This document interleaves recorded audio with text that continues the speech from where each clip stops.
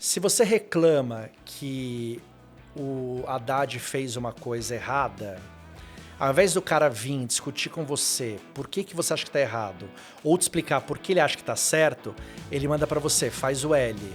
Sim. Né? Ou vem o outro cara e fala assim, a culpa é sua que votou nele. Como se eles soubessem Sim. quem eu votei. Uhum. E como se o fato de eu ter votado no João ou no José me proibisse de criticar João e José. Sim. Que é uma outra loucura completa. As pessoas acham que só pode criticar o Lula quem votou no Bolsonaro. Quem votou no Lula, quem não votou, quem votou nulo, não pode criticar o governo. Alô, alô, família! Mais uma segunda-feira, mais um antiácido começando. E hoje eu vou falar pra vocês. A gente se esforçou para trazer conteúdo de qualidade para vocês, senhoras e senhores. O homem que veio não é fraco. E você já sabe que esse programa não é feito para mim, ele é feito para todo mundo que não sabe qual o canudinho que é mais gostoso, se é o de batata ou de doce de leite. Então, meu amigo, tome seu antiácido, pega a pipoca, senta no seu sofá que hoje você vai ter uma aula. Porque hoje, senhoras e senhores, hoje o assunto é dinheiro. A gente trouxe um cara aqui, ó. Tem livro, vocês já ouviram no rádio, vocês já viram na TV. Em algum lugar eu tenho certeza que vocês já encontraram com ele. Então, pra gente não se alongar demais e aproveitar esse papo maluco, já segue, compartilha. Manda esse vídeo aqui pra vovó Momó Tatá, manda pra todo mundo. E meu editor, vou dizer, solta essa vinheta.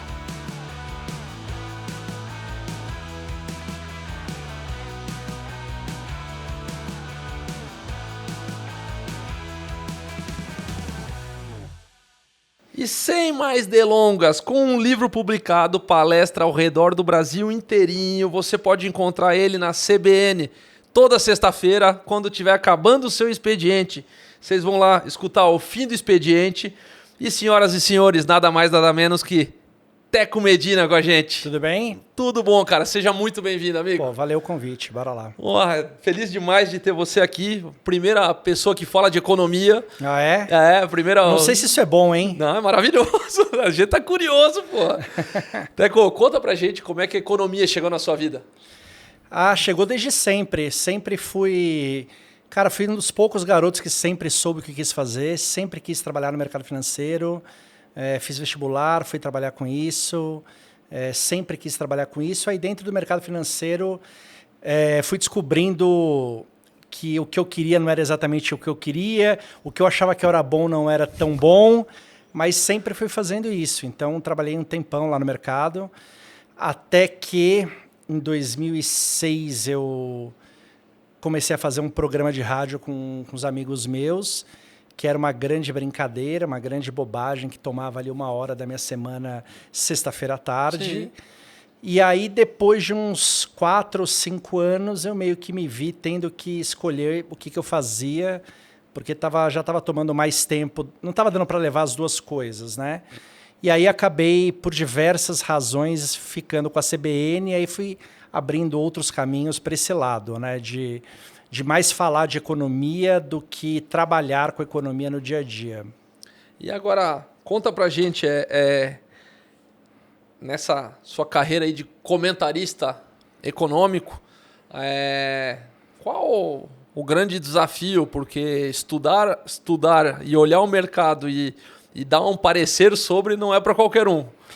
Ah, não é, e também eu nunca tive muito essa pretensão de acertar ou de cravar algumas coisas, porque isso é quase impossível. Assim, as pessoas têm a ilusão de que os economistas erram demais, como se isso afetasse também muito a gente, mas a verdade economia é muito mais arte do que ciência, né? Você imagina alguns cenários, só que as coisas vão acontecendo no meio do caminho. Então tem coisas que afetam o Brasil, o mundo, você tem um monte de coisa, por exemplo, né?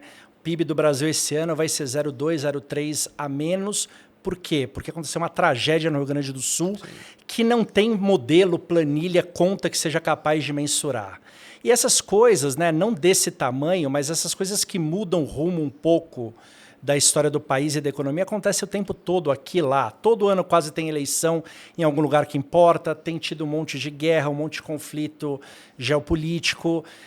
As pessoas também se comportam de maneiras diferentes, né? O consumo hoje é diferente. Então é sempre muito difícil. O que eu sempre tentei fazer, como na verdade dentro desse balde todo, a minha sei lá, o meu expertise, se é que eu tenho sempre foi imaginar como é que você pode ganhar dinheiro. Então, eu sempre tentei juntar um pouco o que está acontecendo no Brasil e no mundo, na política, na economia, para falar, olha, os juros vão para lá ou para cá, o dólar vai para lá ou para cá, a bolsa vai para lá ou para cá. Mas nunca foi o dólar vai acabar em 5,63. Sim. É dizer, o dólar está 5, ele vai para cima. A bolsa está 100, ela vai cair ou subir.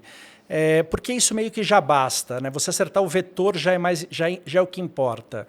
Depois, o tamanho desse vetor, tem tanta coisa que impacta isso que quando você acerta é muito mais sorte do que capacidade, entendeu? E hoje, o que a gente pode esperar de um futuro próximo ou salvo catástrofes naturais e tudo que a gente vem vivendo? O que tu indica aí ou enxerga? A gente está num momento curiosíssimo, viu? Assim, um momento um pouco preocupante.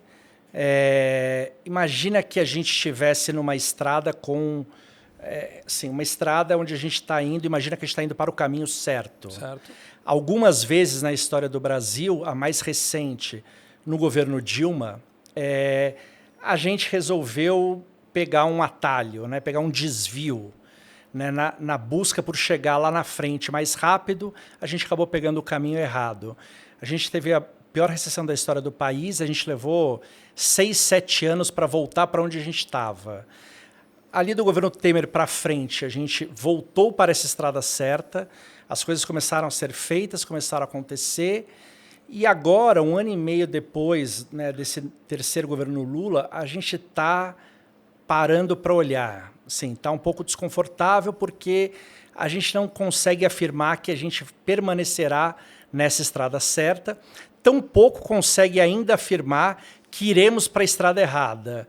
Então é um momento meio estranho, né? Os juros vão parar de cair muito antes do que podiam, o dólar está muito mais alto do que deveria, a bolsa está muito mais baixa do que deveria, as pessoas, né, os empresários, os agentes econômicos, nesse momento, né, está em final de junho, existe ali uma preocupação, um desalento com essa ideia do governo de gastar mais e tributar, gastar mais e tributar. Porque quando você aumenta o imposto, você tira dinheiro do bolso das pessoas. Basicamente é isso que você faz. Por mais que você equilibre as contas do país, todos nós temos menos dinheiro no final do mês, de alguma maneira, ou porque estão tirando dinheiro do nosso bolso, ou porque o produto ou serviço que a gente vai comprar vai estar mais caro e vai ter menos dinheiro no nosso bolso. Então, estruturalmente para a economia, isso lá para frente é pior. A economia tem menos poder de crescimento, porque tanto as empresas quanto as pessoas estão mais apertadas, né? Sim. E hoje, se pudesse dar uma dica para um futuro próximo, para quem está ouvindo a gente, guarde seu dinheiro embaixo do colchão. Nunca.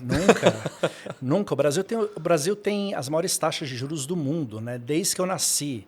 E quando não são as maiores, são quase as maiores. Então, não existe dinheiro embaixo do colchão, não existe cofrinho, não existe caderneta de poupança. Você tem que procurar um produto que tem nos bancos, em todas as corretoras. Pode ser o Tesouro Selic, pode ser um CDB que pague 100% do CDI. Você bota esse dinheiro para render, porque a contraparte de um governo que gasta muito e que precisa manter os juros muito altos para as coisas se equilibrarem, é você permitir para quem tem dinheiro você aplicar numa coisa conservadora ganhando 10,5% ao ano. Hoje, se você investir hoje, literalmente hoje, se você colocar todo o seu dinheiro, qualquer dinheiro que você tiver, de R$10 a 10 milhões, na coisa mais segura disponível, você dobra esse dinheiro em 6 anos. Então, assim, é uma coisa que se você tentar explicar isso para um estrangeiro, ele nem entende como é possível você dobrar o seu dinheiro sem correr risco. Parado. Sem correr risco, Sim. Entendeu? O Brasil tem essa anomalia, né? O risco e o retorno aqui não andam juntos. Então, A renda fixa aqui sempre premia o cara que consegue poupar e o cara que consegue minimamente sair um pouco ali da preguiça de colocar o dinheiro embaixo do colchão ou no cofrinho, de procurar um produto bom, porque tem muito produto bom que rende, né? E como é que tu vê essa educação financeira do povo brasileiro no modo geral, assim? Não existe. Né? Não existe, não. Né? Isso é uma grande Acho que falha. Não existe nem educação direito, né? Fato. Não existe. Não, isso é uma coisa que começa a aparecer agora nos colégios mais nobres de São Paulo e das capitais, esse assunto, porque é muito importante. Mas, assim, ainda é uma coisa aqui e ali, não é uma coisa de maneira geral. E, assim, da minha geração, provavelmente da tua geração para trás, é um desastre, né? Porque o assunto dinheiro... Você sabia que tem pesquisa que mostram que as pessoas preferem falar de morte e já preferem falar de sexo na mesa do que de dinheiro. Né? Hoje, o último tabu que existe no mundo hoje é falar de dinheiro. Você é capaz de contar para um amigo seu a fantasia sexual que você realizou semana passada, mas você não é capaz de contar para ele quanto você ganha. Sim. E ele nunca vai te perguntar. Ele vai te perguntar como foi sua fantasia, mas não vai perguntar seu salário. Os casais, muitos casais, o cônjuge não sabe quanto o outro ganha. É um assunto que não é falado, não é explicado, não é ensinado. A menos que você faça uma faculdade de negócios, economia ou administração, você não vai ter isso em lugar nenhum. Até uma hora que você tem 25 anos, um salário, um cartão de crédito, ou seja, você tem renda, tem crédito e tem nenhum minuto gasto até hoje com esse assunto. E aí o brasileiro vai por tentativa e erro, né? Vai colocando dinheiro na poupança, vai comprando produto de capitalização, vai pegando dinheiro emprestado no cartão de crédito, vai fazendo todas as bobagens possíveis. Alguns conseguem aprender por tentativa e erro, outros vão errando a vida toda, né? E hoje, qual o maior desafio para a economia de um modo geral hoje aqui no Brasil ou no momento que a gente enfrenta? Pô, no Brasil a gente pode colocar em ordem alfabética. A gente tem muita coisa que, como diz o Marcos Lisboa, que acho que talvez o maior economista hoje com exposição, o Brasil não deu errado por acaso, é um trabalho, né? Aqui a gente tem um ambiente de negócio esquizofrênico, maluco. É muito difícil a vida do empreendedor, é muito difícil seguir as regras, é muito difícil pagar os impostos, é muito difícil até porque as coisas não têm lógica. Você tem 1 milhão de alíquotas de ICMS, de ISS, onde comprou, onde foi, paga agora, crédito tributário. Você gasta muito dinheiro com advogado, com essa confusão toda. Então, empreender não é simples. As regras mudam. Né, vira e mexe, tem uma canetada do governo aumentando o imposto ou diminuindo isso aqui. Essa é a parte que o governo poderia ajudar rapidamente a melhorar, tornar o ambiente de negócios mais lógico, mais simples. Né? Seria tirar um pouco da burocracia aí maquiada que tem. Sim. Sim, porque eles vão dando... tudo vai sendo puxadinho, né, cara? Vai sempre criando um negócio, faz outro, aí tem um problema aqui, uma distorção, então cria um benefício aqui. Ao invés de resolver, a gente vai fazendo paliativos ali, né? E assim, de forma mais macro, o que faz um país ser rico no final do dia é uma coisa muito simples. A gente tem que vender alguma coisa mais barata ou melhor que o amiguinho. É simples assim. Você tem que ser competitivo, né? Você tem que conseguir fazer alguma coisa melhor ou mais barata que alguém. E para você ser competitivo, você precisa que o trabalhador seja produtivo. Então, você precisa de produtividade para que as empresas e o país tenham competitividade, para que a gente possa fazer comércio com todo mundo e as pessoas comprarem carro elétrico do Brasil, para as pessoas comprarem produtos, sei lá, o iWatch do Brasil e não da China. E o Brasil não consegue avançar nessa agenda de ser mais produtivo, ser mais competitivo. Então, a gente tem um problema de muito pouco... A gente tem pouquíssimas coisas aqui no Brasil. Se você parar para pensar, fora todo mundo do agro, fora todo o universo agro do Brasil, né, de grãos, de carne, essas coisas todas, a gente é competitivo com a Embraer, a gente consegue fazer um jato que compete, a gente tem a WEG, que é uma baita empresa aqui, a gente tem mais umas 3 ou 4 coisas aqui que você fala, cara, essa empresa produz algo melhor ou mais barato que o par dela ao redor do mundo. todo o resto, aqui no Brasil é muito mais caro, né? O carro no Brasil é mais caro, a ponte aérea no Brasil é mais caro, o imóvel no Brasil é mais caro, jantar fora é mais caro, o celular é mais caro, o tênis é mais... Tudo é mais caro aqui, né? A gente não consegue fazer nada mais barato, porque tem essa teia mal construída aí ao longo de anos que a gente não desmonta, né? A gente precisaria investir em educação, investir em tecnologia, investir em inovação, tornar esse ambiente melhor, né? Mas o Brasil acaba refutando esse negócio todo, é muito, muito complicado empreender aqui no Brasil, e quando vem um gringo para cá, a gente consegue listar em cada setor empresas gringas que vieram para cá, que são sucessos em todo lugar do mundo, e não dão certo aqui. Não performaram. E só não deu certo aqui. Por quê? Porque aqui não é fácil. Porque aqui, para pagar o imposto é difícil, o custo de um trabalhador é alto, as coisas são muito diferentes do resto do mundo, né? E a gente acha que isso não é importante, mas né? E pela tua visão e experiência, existe perspectiva de mudança ou já posso desistir de ter esperança que eu vou ver essa mudança?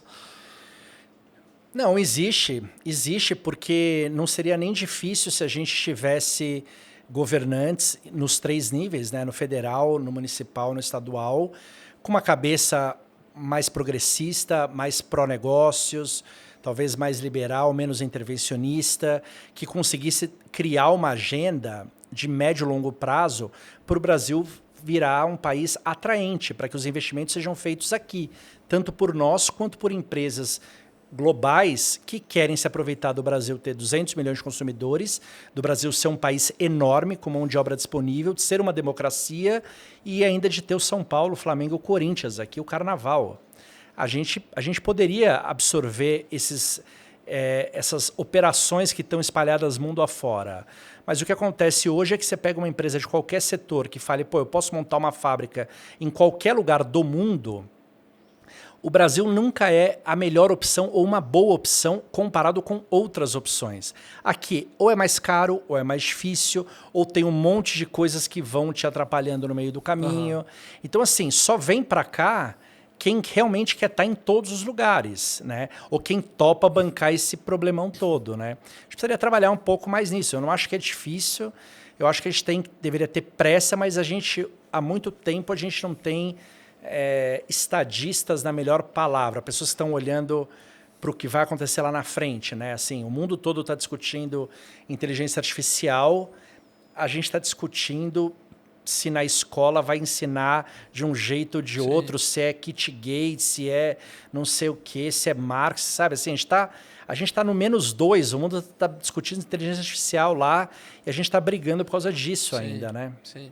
E hoje, para muita gente que está ouvindo a gente, que se inspira, enfim, que está começando nesse mercado de economia com sua graninha que guardou, o seu saláriozinho. Hoje, quando a gente abre Instagram, abre Facebook, enfim, o antigo Twitter, o que mais tem é gente ficando rica fazendo trade do dia para a noite, no jogo do tigrinho e... Cara, eu quero que tu chova no molhado, mas eu quero que tu comente um pouco da facilidade e da dificuldade de ficar rico dessas maneiras. Isso acho que é uma grande bobagem, acho que todo mundo sabe disso, né? O brasileiro tem um fetiche especial por essa bala de prata ali, por dar essa grande tacada, por acertar no bet.com.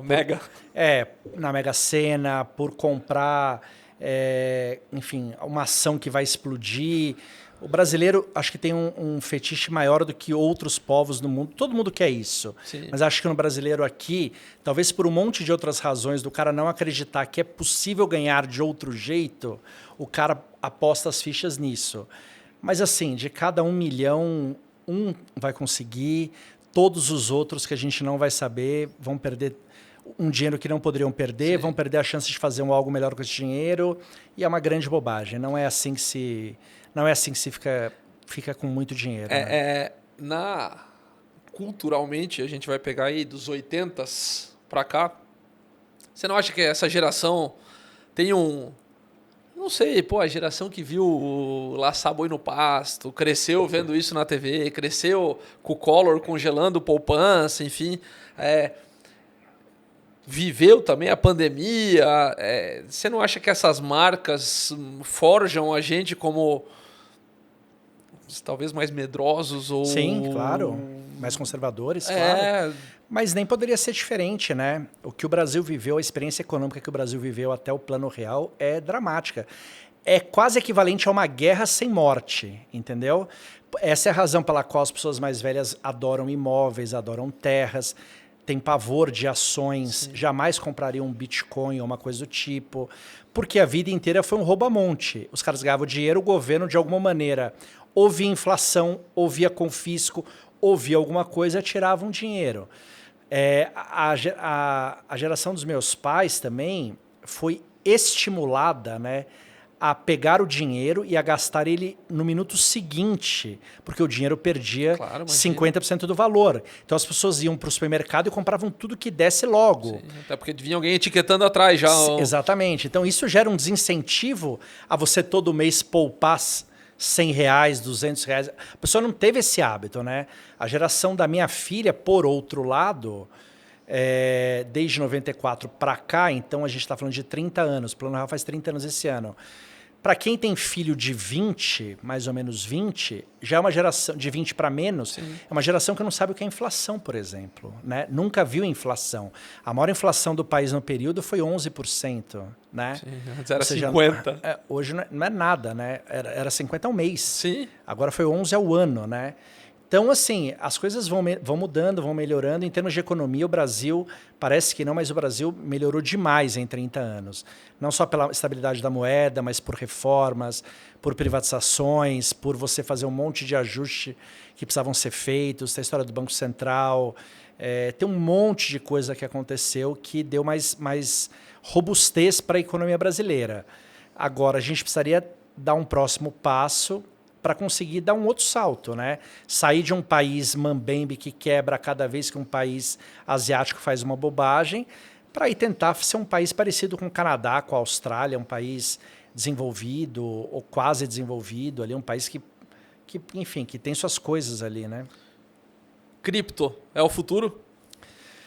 Olha, eu não sou a melhor pessoa para falar de cripto, porque eu tenho muita dificuldade em entender algumas coisas ainda. Já deveria ter aprendido, já deveria ter entendido, mas eu tenho uma coisa muito importante no cripto. A coisa mais importante para mim no investimento é a única coisa que a cripto não consegue me dar, que é um valor intrínseco. Quando você compra alguma coisa, você consegue saber de diversas maneiras quanto aquilo vale, né? Por que um apartamento vale 100 mil? Você consegue ter sua lógica de por que é 100 mil. Uma ação, qualquer coisa eu consigo ver.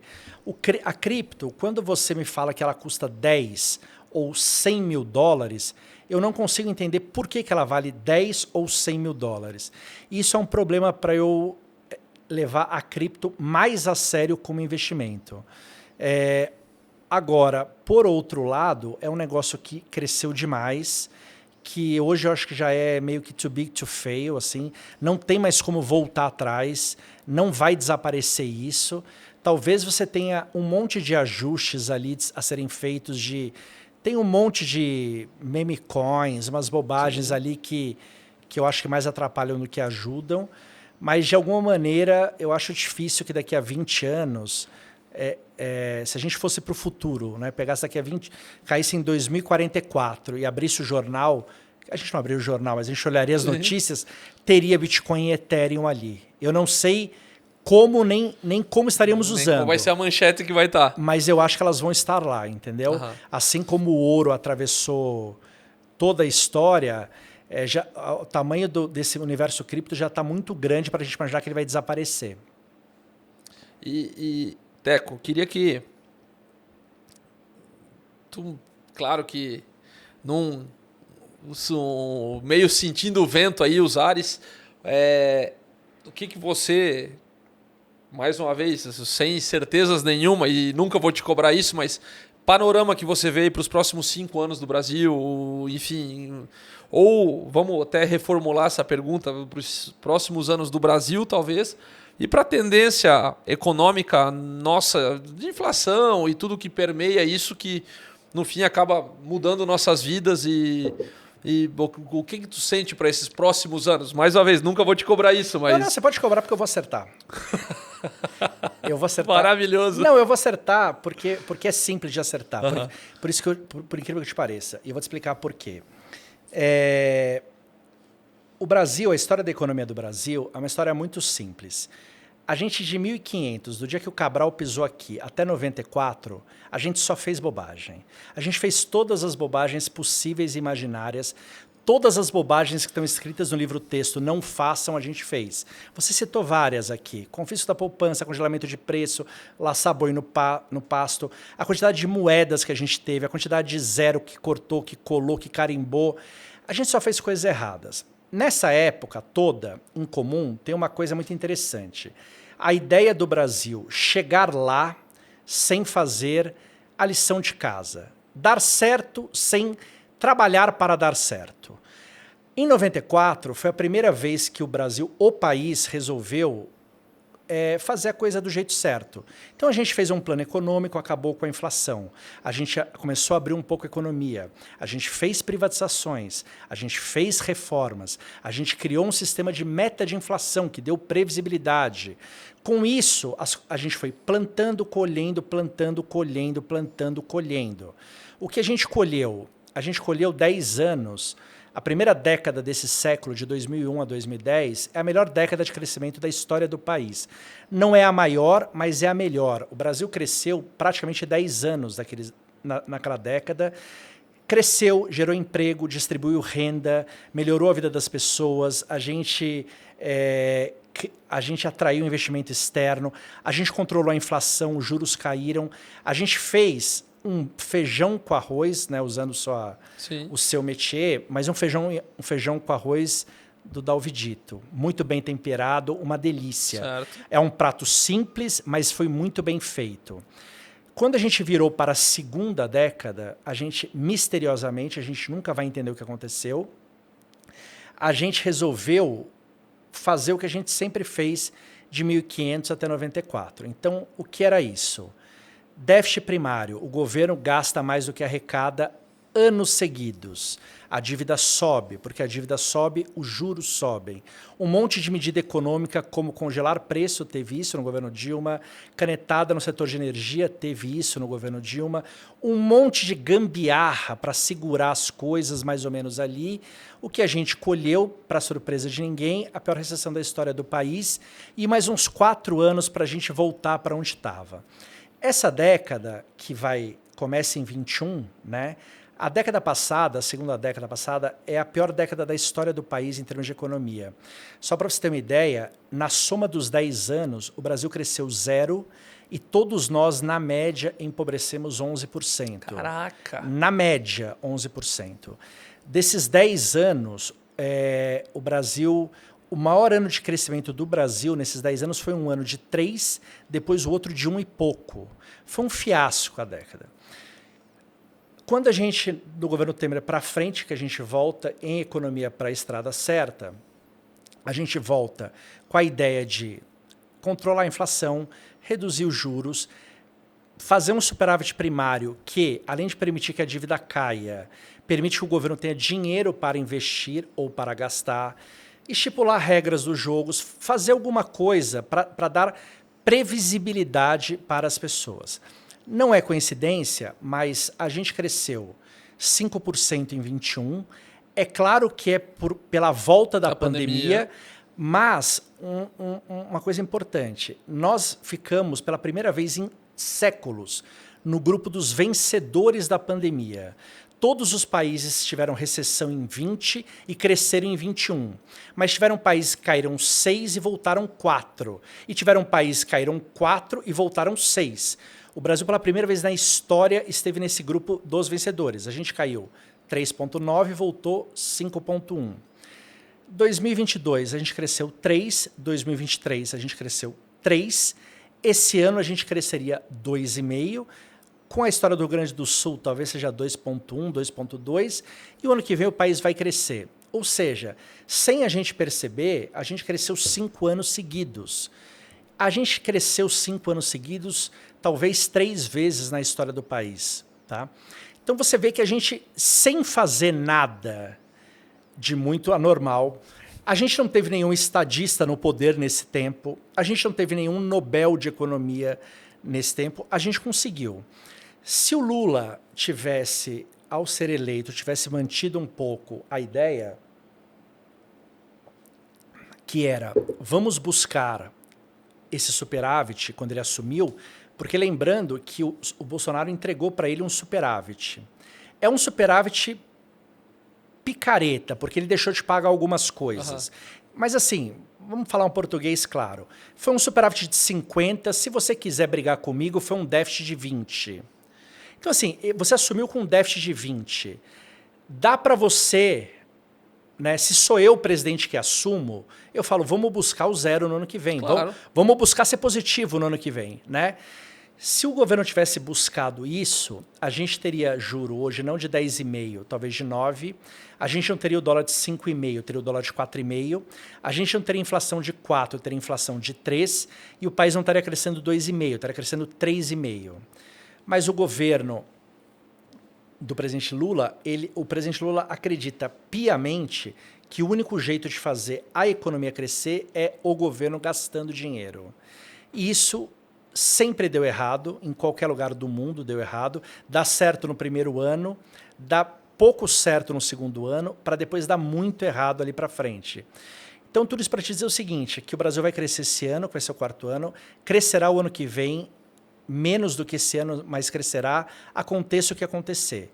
O grande problema é que desde o último ano do governo Bolsonaro até esse ano e meio do governo Lula, em economia, nós estamos plantando problemas. E esses problemas serão colhidos na segunda metade dessa década, se algo não for feito. Então, para te dizer o seguinte, para os próximos 5 anos, se o presidente Lula continuar gastando do jeito que está gastando, a gente vai ter algo muito parecido com a segunda década.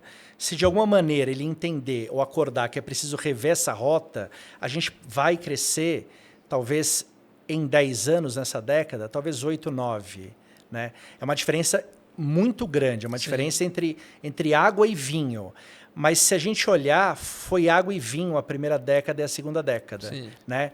E o que mais me incomoda como economista e como brasileiro é que não é difícil nem entender isso, porque foi agora, nem perceber a relação causa e efeito. Toda vez que o Lula fala uma bobagem, o dólar sobe. Toda vez que o Haddad fala uma coisa sensata, o dólar cai, a bolsa sobe. Toda vez, você percebe isso, entendeu? E é um governo, os governos normalmente eles querem gastar muito dinheiro, mas no banco imobiliário que eles vivem, que os governantes vivem, que é muito diferente do meu e do seu, se você quer gastar dinheiro, você precisa arrecadar mais do que você gasta, porque aí você tem dinheiro para gastar. Se você conseguir fazer um superávit primário e sobrar 50 bi na sua mão, você tem 50 bi para gastar como você quiser.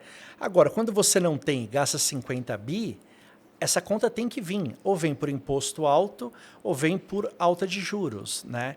Então, o drama do Brasil é esse. A gente está exatamente nesse momento onde não está claro se o Lula continuará em economia na estrada certa ou se ele vai, de novo, buscar um atalho para uma estrada que já deu errado. Eu acho que os resultados são muito diferentes e eu não quero crer que ele vá por esse caminho. Não é nem porque eu acho que ele não acredite, porque eu acho que ele acredite, mas é porque eu acho que não é possível que alguém não alerte. Antes de... não alerte que outro dia, porque não tem 10 anos isso.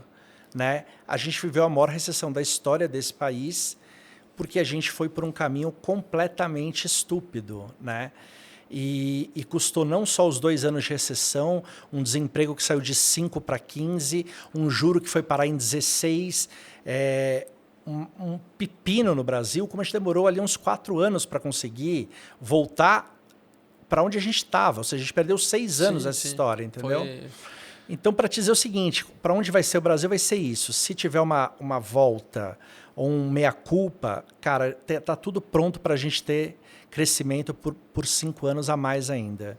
Se não tiver, não tem como, porque a gente vai começar a ter uma dívida muito alta, um juro muito alto. O juro é um problema muito grande no Brasil, porque os brasileiros são muito endividados, as empresas são muito endividadas, o custo do dinheiro aqui é muito caro e quase tudo que o brasileiro compra, ele compra financiado. Então, assim, se o juro é 12, é um país. Se o juro é 6, é outro país. Entendeu? E essa escolha que o governo tem que fazer. Se o governo vai dar para o brasileiro trabalhar e viver num juro 6, num juro 8, ou se a gente está condenado a viver num juro de 2 dígitos para sempre. E trazendo para o nosso banco imobiliário agora, eu ouço de muita gente muitas vezes que o que vai deixar a população rica não é guardar o dinheiro do cafezinho. E eu meio que discordo, sabe? Eu concordo que a curto prazo o dinheiro do cafezinho não salva ninguém, mas se vamos botando aí, colocando em montantes anuais, principalmente, o dinheiro do cafezinho é um dinheiro considerável. Como é que tu enxerga isso? Cara, aqui no Brasil, se você investir o seu dinheiro a 10% ao ano, por 30, 50 anos, todo cafezinho vira um carro lá na frente, né? O juro aqui é muito alto e você tem investimentos que pagam muito aqui no Brasil. Então, todo dinheiro é dinheiro. Eu acho assim, o que eu sempre sugeri para as pessoas, vai parecer meio picareta o que eu vou falar, mas assim, é diferente você poupar o que sobra do que você gastar depois de poupar. Entendeu? Parece a mesma coisa, sim, mas não é. Porque sim, quando você poupa o que sobra, todo gasto te incomoda se você estiver pensando nisso. Todo cafezinho é cafezinho. Putz, era melhor eu poupar o cafezinho ou tomar o cafezinho? Por quê? Porque você vai poupar o que sobrou. Quando você consegue inverter essa lógica de primeiro poupar, e não importa quanto, pode ser R$50, R$100, 2% do salário, 10% do salário. A ótica muda muito, porque o que sobrou, você gasta o que você quiser. Porque como você vai gastar de qualquer maneira, tanto faz se você vai gastar com 10 sorvetes, com uma pizza, com um jantar no Dom, sim, com 10 jantares no McDonald's. Os R$500 é a mesma coisa, entendeu? Sim, na verdade, ele te soa como uma recompensa de ter guardado, né? Sim, não, você vai gastar, você já sabe que vai sim, gastar. Sim. Então, tanto faz no que você vai gastar. Então, você também não tem muita culpa do que você gastou. Uhum. Se foi numa calça, se foi num tênis, se foi num celular, tanto faz. Mas como normalmente as pessoas fazem a ótica ao contrário, sempre fica aquela culpa. Putz, será que era melhor eu ter ido ao cinema? Pô, será que essa festa valeu a pena? Porque o cara vai poupar o que sobrar. E normalmente não sobra. Sim. Porque é muito mais legal gastar do que poupar. A gente tem um monte de desejo reprimido, a gente tem cada vez mais opção de carro, de celular, de tênis, de camisa de futebol, de restaurante, de coisa para gastar dinheiro. Sim, e o banco dando crédito, né? E o banco vai dando crédito, então né? É isso, é assim. Eu acho que a ótica é você imaginar que se você poupar por muito tempo, investir bem o dinheiro, esse dinheiro vai ficar um negócio muito grande lá na frente. Mas muito grande. É um negócio assim que, se você botar numa planilha, as pessoas até se espantam, sabe? Eu estou tentando lembrar de cabeça um número que eu tenho sempre mais que eu falo em palestra, mas eu estou com medo de falar bobagem. Mas assim, R$50 por mês, R$50 por mês, por 20 anos, vira coisa de milhão. É milhão. Só que é o seguinte, depois disso, quando chegou no ano 20, você parou de colocar dinheiro, esse milhão, ele gera mais milhão a cada 5 anos. Sim, diminui o tempo muito, assim. Mas você não precisa pôr mais dinheiro. Sim, Então, o que eu quero dizer é o seguinte, no final, quando você tem 50 anos depois do dia 1, exemplo, você vai ter 20 milhões guardados nesse juro sobre juro, mas você só poupou 500 mil. Sim. Entendeu? Essa é a magia do tempo e do juro composto. O esforço que você faz hoje, você é muito bem recompensado ao longo do tempo. Você não precisa poupar R$50 para o resto da vida. Às vezes, se você juntar uma grana agora que você é novo, que você mora com seus pais, ou que você ainda não tem filho, ou que você casou, você e sua mulher trabalham bem... Cara, se você faz uma poupança ali, investe bem, talvez seja necessário. Só esse dinheiro ele vai se multiplicando lá na frente, entendeu? E um risco baixíssimo, né? Com risco baixíssimo. Enquanto o juro for alto no Brasil, que a princípio é para sempre, sem risco, sem bolsa, sem nada. Renda fixa, CDB, Tesouro Direto, essas coisas. Que maravilha. Teco, como é que, na sua posição hoje e com convicção, com a convicção que você fala e da maneira clara que você coloca as coisas, como é que se lida com crítica ou com os xarope de plantão que ficam te cobrando e...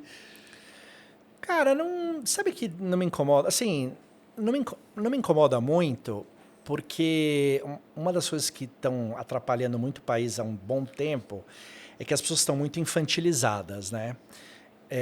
A internet deu voz para um monte de idiota, mas para um monte de idiota criança. Então, assim, se você reclama que o Haddad fez uma coisa errada, ao invés do cara vir discutir com você por que você acha que está errado, ou te explicar por que ele acha que está certo, ele manda para você, faz o L. Sim. Né? Ou vem o outro cara e fala assim, a culpa é sua que votou nele.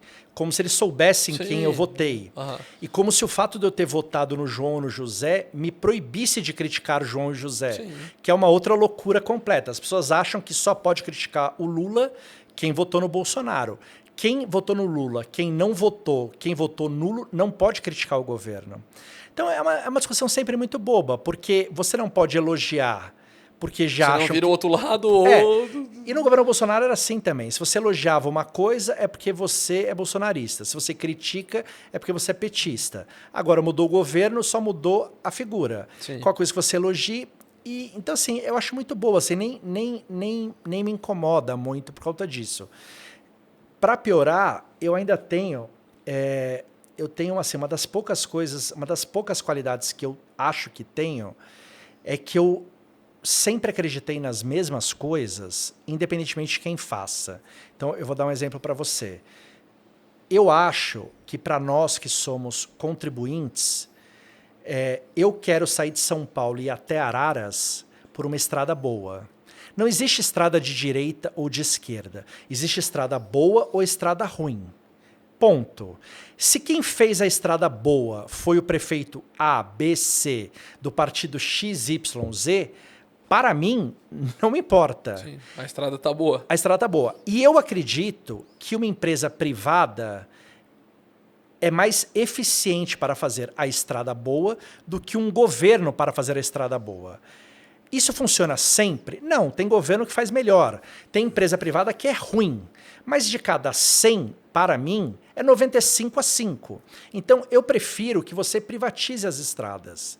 Entendeu? Sim. Eu sempre fui a favor de privatização de certas coisas, de coisas que eu não vejo sentido do governo tomar conta. Eu não consigo entender em 2024 por que existe os Correios como uma empresa estatal. Por que um país que não consegue comprar vacina é dono dos Correios, se você tem hoje um monte de empresa fazendo entrega. Então, eu sou a favor da privatização dos Correios. Não importa quem é o presidente, não importa quem é o presidente dos Correios, não me importa se dá lucro ou prejuízo, não me importa. Então, as coisas que eu critico ou elogio são as mesmas sempre. Só muda quem fez ou não fez. Então, tem gente que vai reclamar assim, eu duvido que você falava isso quando era... Eu falava. Claro que eu falava, porque eu sou a favor de você ter superávit primário, eu sou a favor que você corte imposto, né? Quando o país... Quer ver um exemplo que as pessoas não percebem muito grande? Quando o país tem déficit primário, ele gasta mais do que ele arrecada. Portanto, ele tem pouca margem de manobra. Qual era a grande discussão que está no Brasil, nos botecos, nos últimos 8, 9 meses? Taxar ou não taxar as blusinhas da China? Por quê? Porque tem um setor inteiro que reclama com justiça o seguinte, peraí, a minha blusinha eu pago 50% de imposto, a blusinha que você compra na internet não tem imposto, isso está errado, e está errado. Os setores precisam ter isonomia. Imagina você ter um restaurante que você paga imposto X e o restaurante da frente não paga o imposto X. Está errado. Vocês têm que ter a mesma carga tributária para vocês disputarem ali de forma isonômica ali. O que acontece? O governo ficou discutindo se aumentava ou não o imposto. Em momento algum nessa discussão toda, se discutiu, por que o governo então não zera o imposto da blusinha? Sim. Por que o governo não zera? Porque o governo precisa arrecadar. Se o governo tivesse superávit, o governo poderia zerar o imposto da blusinha da Renner, ao invés de aumentar o imposto da blusinha da Shein. Quando ele aumenta o imposto da blusinha da Shein, ele dá isonomia entre a Shein e a Renner. Mas para mim, para você, para quem está nos vendo, ficou tudo mais caro. Mais caro. Ficou tudo pior. Se ele abaixasse o imposto da Shein, da Renner ficava igual para os dois, mas para nós ficava melhor. Então, eu defendo que o governo tenha superávit, porque o governo pode fazer isso, abaixar a carga tributária. Né? A gente quer poder pagar as coisas com menos imposto, mas a gente só consegue fazer isso se o governo gastar menos. Então, eu sempre defendi as mesmas coisas. Às vezes erro, às vezes acerto, mas eu não tenho preferência política por quem executa isso, entendeu? Sim. A pessoa que privatizar os Correios receberá meu aplauso, farei colunas, elogiarei, escreverei artigos. Se bobear, vou até na B3 bater o martelo para ajudar. Vou lá agradecer. Vou agradecer. Eu confesso que se tem um negócio que eu ainda não consigo entender aqui no Brasil isso daqui, só desbloqueia com a sua face, com a minha face, com a minha digital e tal, e a gente tem que sair de casa, enfrentar uma fila, pegar uma senha, chegar num cartório, rabiscar um papel para provar que eu sou eu. É isso. Autenticar aquilo, pagar para provar que eu sou eu, sendo que eu consigo transferir milhões aqui no Pix com o meu rosto, sabe? Então, isso é o custo, né? Isso é burocracia, é um custo. Exato, uma coisa gigantesca que sinto que atrasa, sabe? Talvez esteja... Claro que atrasa. Totalmente errado, mas... A quantidade de coisa que você precisa de firma reconhecida está melhorando, né? Para abrir uma empresa. Firma reconhecida, certidão, que o cara autentica. Você fala, caraca, para que tudo isso? Eu sinto... E tem coisas muito simples que a gente ainda é muito vítima, assim, de perder tempo, né? De perder tempo, de você ter que fisicamente até algum lugar procurar uma informação para ir em outro guichê para fazer outra coisa. E a única moeda de troca que não perdoa ninguém é o tal do tempo, né? Esse não... Mas, por exemplo, despachante. Onde tem despachante no mundo inteiro, fora no Brasil? Quem é o despachante? O despachante é o cara que desenrola uma coisa que você desistiu. Sim. Desistiu de desenrolar. Você fala, cara, não dá, vou pagar um cara, gastar R$500 para o cara desenrolar isso para mim, porque, cara, é tanto trabalho, vai ter tanto guichê que não vale a pena para mim. E no fim sai barato, né? Porque ele fala, pô, que loucura isso daqui, porque vai e vem, e aí não é nesse lugar, é no outro, e faltou assinatura de novo. Fala, não, peraí, cara, que canseira. Teco, antes da gente ir pro nosso último bloco, eu tenho todo entrevistado tem uma pergunta da audiência, tá? E vou fazer ela para você. E, enfim, acho que é bastante pertinente aqui. Nós temos uma Marcela Palavrada de Combinado no Tocantins. Teco, te escuto sempre, mas queria saber de você como você se mantém atualizado e garante a credibilidade das informações que compartilha com o público, considerando a quantidade de desinformação disponível. Bom, eu acho que se manter informado hoje é simples, né? O que não falta é informação. Acho que depois de muito tempo, onde a informação sempre é uma coisa muito importante no mercado financeiro, se lê muito, se aprende muito, se tem que se juntar muita coisa de vários lugares sobre vários assuntos, você também aprende quem você segue, que veículos que você lê, quem quando fala... Quando vai dar um furo que você olha e fala, pô, esse cara não erra. Você vai aprendendo isso também, né? Mas, de qualquer maneira, às vezes eu acho que se erra também. E eu acho que o erro é diferente de fake news ou coisa do tipo, né? Às vezes você fala uma informação que não é bem assim, ou que não aconteceu exatamente isso, ou porque alguma coisa mudou no meio do caminho. Mas é diferente de você virar e falar, olha... o Haddad vai ser demitido, né? Não tem essa informação, claro. Né? Uma coisa é eu falar para você, pô, o Haddad está enfraquecido, me falaram isso, porque viram, perceberam, tal. Às vezes você pode achar que está enfraquecido, mas a coisa mudar ou não tá. Mas o fake news é quando o cara inventa coisas, né? E eu acho que o melhor antídoto para isso é você priorizar veículos que você considere sérios, jornalistas que são sérios, fontes, tem muita gente ali que ajuda, né? O Twitter ele é um pântano ali, mas para quem sabe usar, ele é um grande oásis ali, sabe? Ele te dá muita informação, muita troca boa. E agora deixa eu te fazer uma pergunta, mais uma vez, totalmente apartidário, mas o Haddad está fazendo um bom trabalho? O Haddad, ele está se esforçando muito, ele é uma surpresa positiva. Não é fácil o trabalho que ele está fazendo, não é fácil ser ministro da Fazenda de um partido completamente antiquado como o PT ainda é, com ideias do século passado, com ideias míopes de gastar, tributar, qualquer gasto é gasto, como se isso fosse verdade, como se não fosse importante medir a qualidade do gasto público, medir a eficiência, né, do quanto aquilo está voltando para a sociedade. Então, assim, eu acho que ele está se esforçando, ele está fazendo um trabalho melhor do que eu imaginava, mas o Haddad, ele é um passageiro desse ônibus, entendeu? Ele é um passageiro desse ônibus. A caneta não é dele, quem manda é o presidente. Tem muita gente dentro do próprio partido, do próprio governo, que gostaria de ver um cara mais parecido com um presidente, com um partido no lugar dele. Sim. Então, assim, eu acho que ele não tem muito como fazer mais do que ele faz, entendeu? Isso é uma coisa também que a gente, aqui fora, a gente subestima. Você pode ter um ministro, uma equipe muito bem intencionados, as pessoas querendo fazer a coisa certa, mas o presidente aqui manda demais. O presidente manda muito. O presidente tem essa história de que ele foi eleito, de que o voto é dele. Então, assim, no fim do dia, cara, você é o chefe de cozinha, você tem o cara que faz o molho, você mandou fazer o molho desse jeito.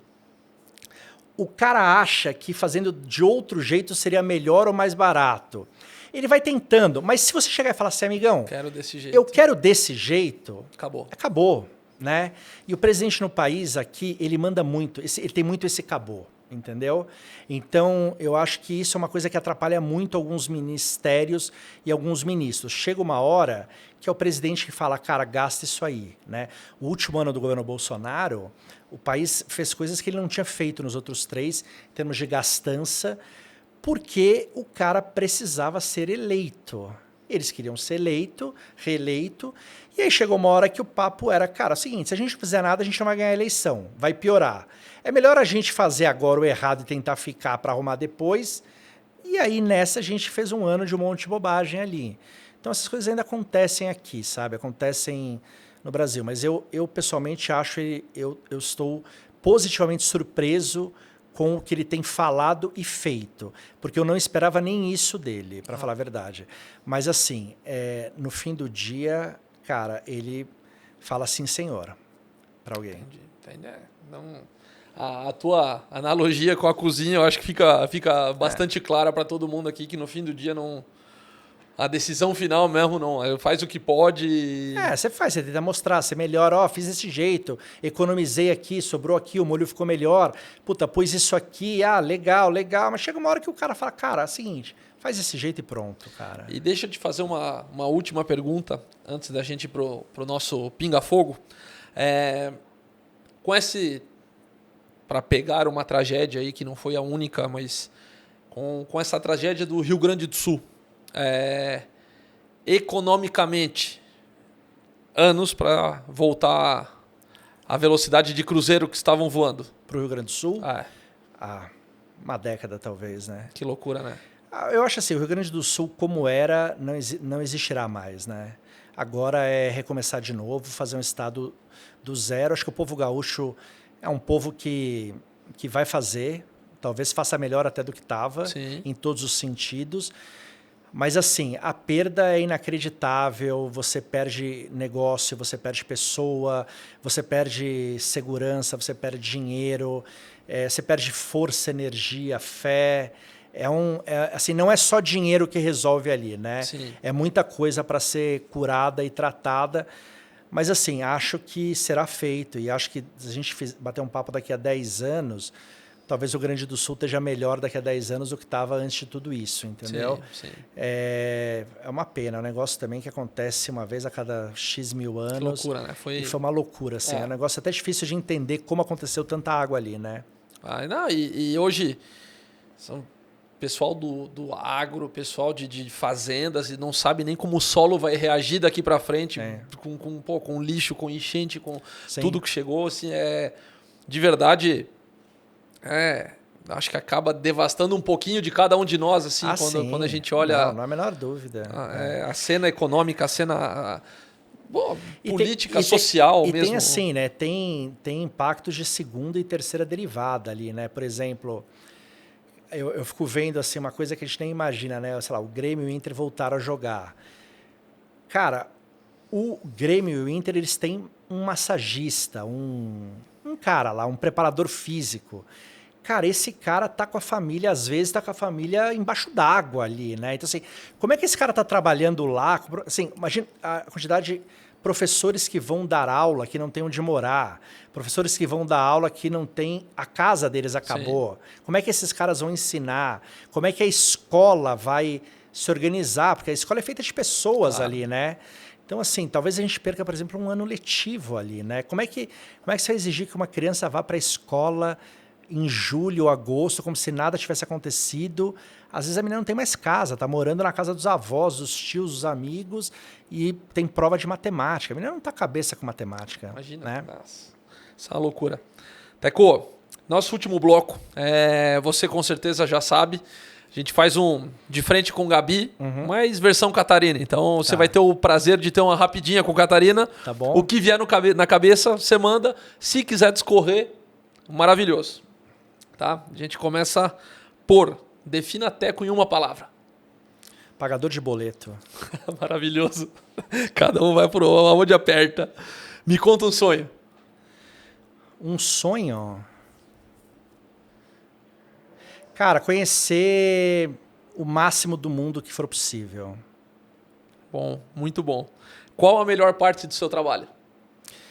Ter contato com gente muito interessante, com muito conhecimento. E a pior?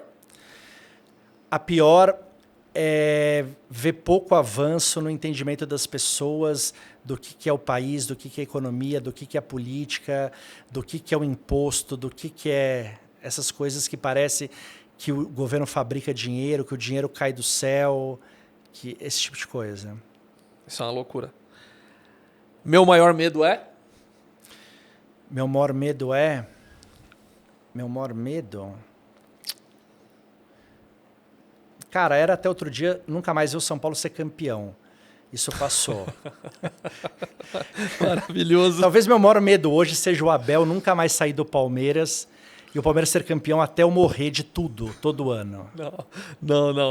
Não é possível, né? Até porque tem força pra isso. O cara é mágico, né? O que ele faz com a cabeça do jogador é uma loucura. Eu não torço para time nenhum aqui em São Paulo. Eu torço pro Joinville, Série D. Mas, enfim... O Joinville era bom, eu gostava do Joinville. O Joinville tava na Série A até, sei lá, 7 anos atrás. Joinville é a melhor cidade do país hoje, né?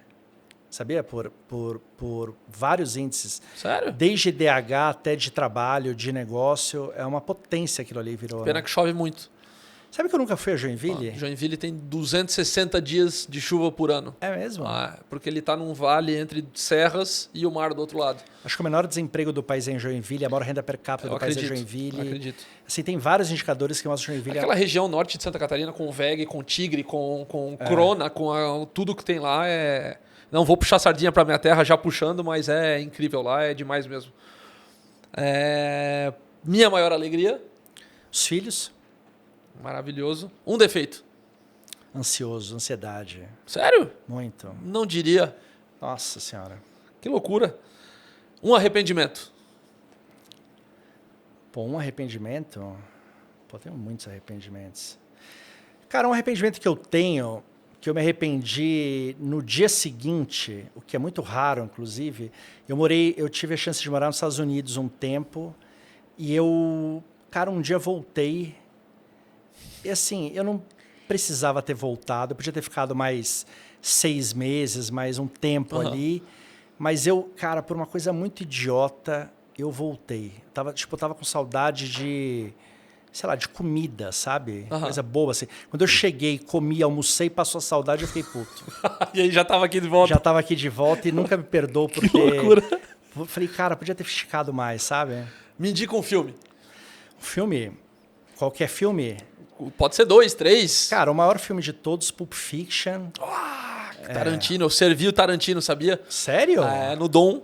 Ô, louco. Tarantino, o Christopher Waltz, que é o Hans Landa, não é ele? O cara, ótimo, ganhou Oscar, 2 ele, Oscars. Ele e o Slash na mesma mesa. O Slash do Guns N' Roses? Pô, que mesa, hein? Mesa maravilhosa, na frente da Nossa. cozinha. Pô, Muito Pulp legal. Fiction. Pulp Fiction é o melhor filme pra mim. Tarantino é monstro. Se arrisca em mais 2? Pô, vários. Vamos lá, tem um filme que eu adoro. Tem uma trilogia que eu adoro, mas o primeiro filme é maravilhoso, que é o Antes do Amanhecer. Não conheço. É um filme com o Ethan Hawke, com a Julie Delphi, de uns caras que pegam um trem, descem em Viena e tem 24 horas em Viena. Nunca viu esse filme? Não. Cara, o filme mais legal do mundo. Que cara. demais, É o que filme mais demais. legal. É que as pessoas acham ele muito romantizado, mas eles são 3 filmes. É o Antes do Amanhecer, o Antes do Pôr do Sol e depois o Antes da Meia-Noite. É uma história real de um filme que foi gravado a cada 10 anos, sempre seguindo sequência. E você sempre sai do filme sem saber como acabou o filme e esse filme continua lá na frente. Que demais, que demais. E vamos lá pro terceiro, já que nós estamos no filme. Sou alucinado por cinema, então... Pô, eu posso falar um monte, tem um monte de filme, cara. Pô, aquele Batman do Coringa, do Heath Ledger, eu acho uma obra-prima aquele filme.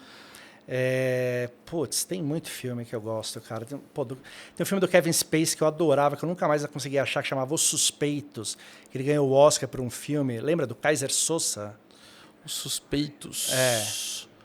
Os Suspeitos eu lembro do É um filme bem antigo. Esse filme é de... Putz, esse filme deve ser de final 90 altos ou 2000 e pouco. Ele ganhou o Oscar de melhor coadjuvante nesse filme.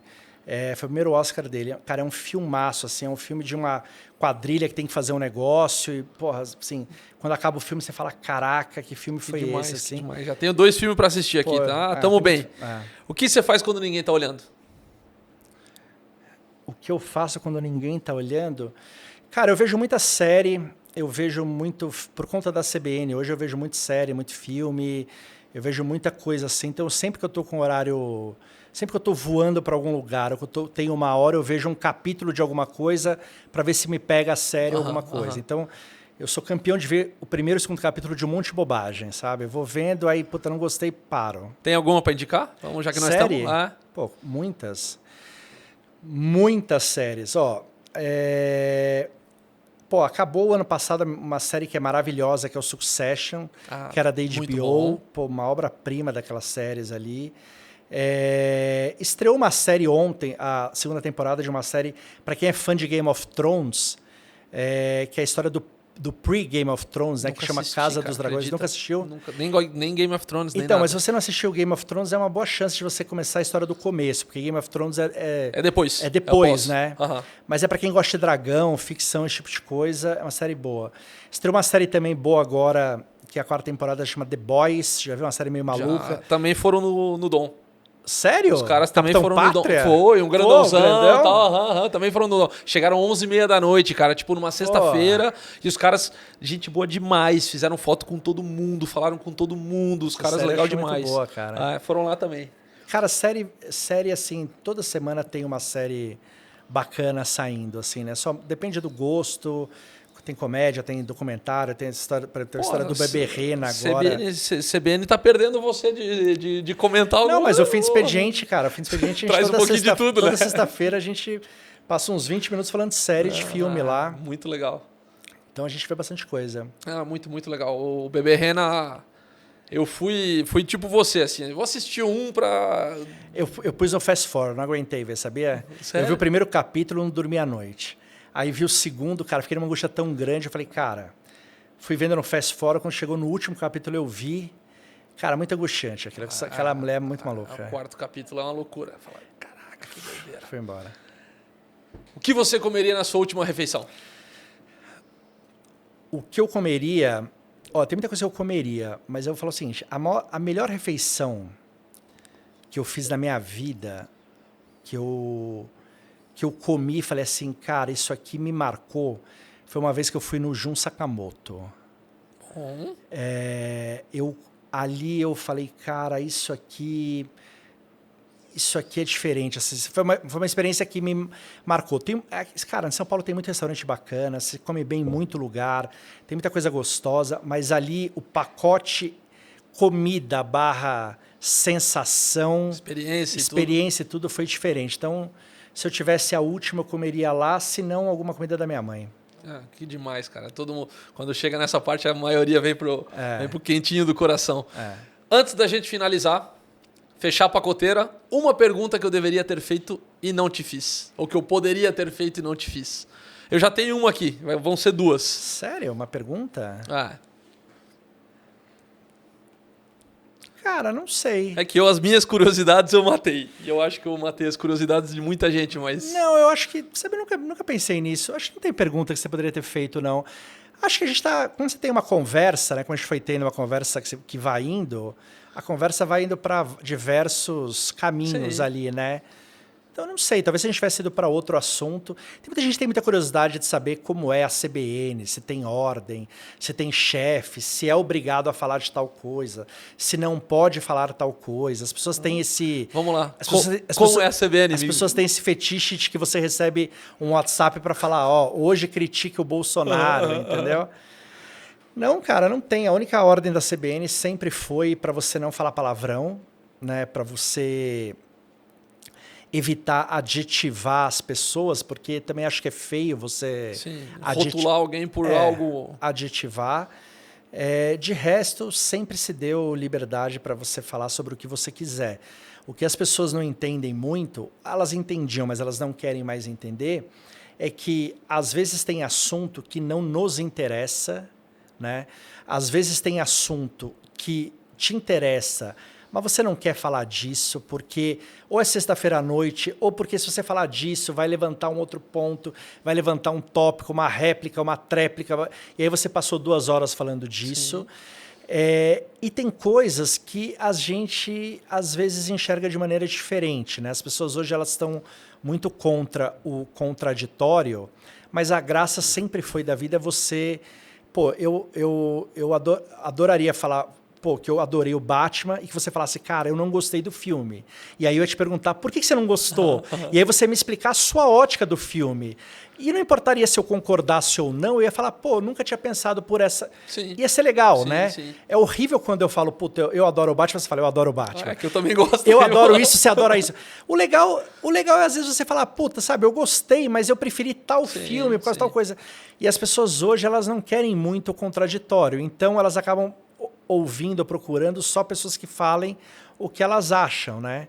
Então elas têm esse fetiche de que lá na rádio tem esse negócio e não tem, nunca teve, e acho que nunca, não sei, se nunca teve até hoje, talvez nunca tenha, né?